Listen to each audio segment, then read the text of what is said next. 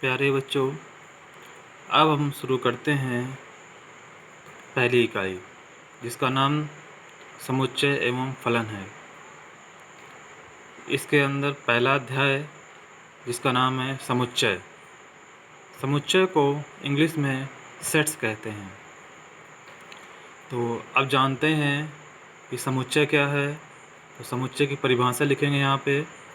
तो समुच्चय की परिभाषा है वस्तुओं का सुपरिभाषित संग्रह समुच्चय कहलाता है।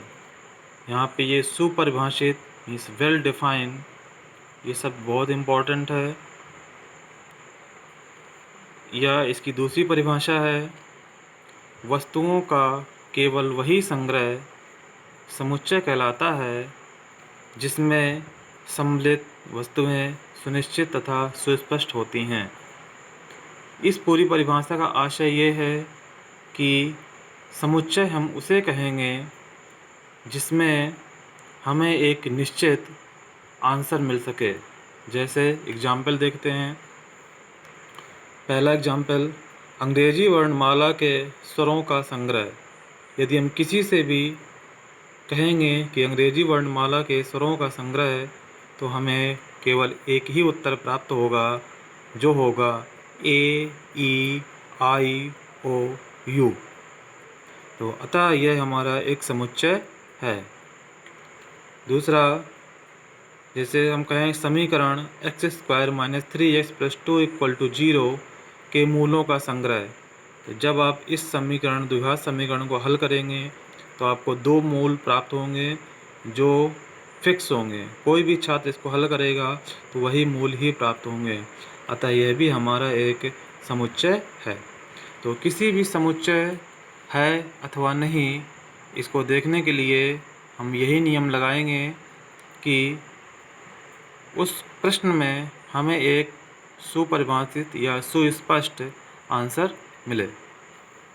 एक स्पेशल पॉइंट है कि समुच्चय में संग्रहीत प्रत्येक वस्तु उस समुच्चय का अवयव कहलाती है। उस प्रश्न में जो भी अवयव होते हैं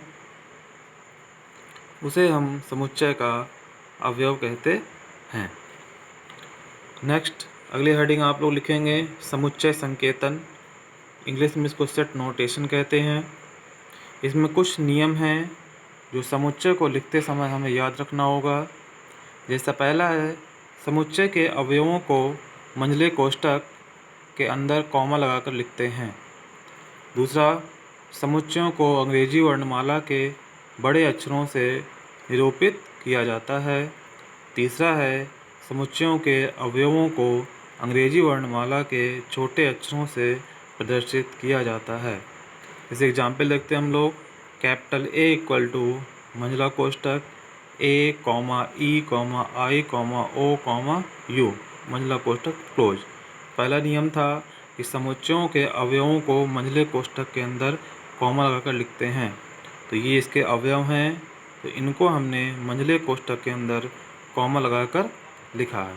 और इस पूरे समुच्चय को हमने अंग्रेजी वर्णमाला के बड़े अक्षर से निरूपित किया है तथा इसके अवयवों को अंग्रेजी वर्णमाला के छोटे अक्षरों से निरूपित किया है।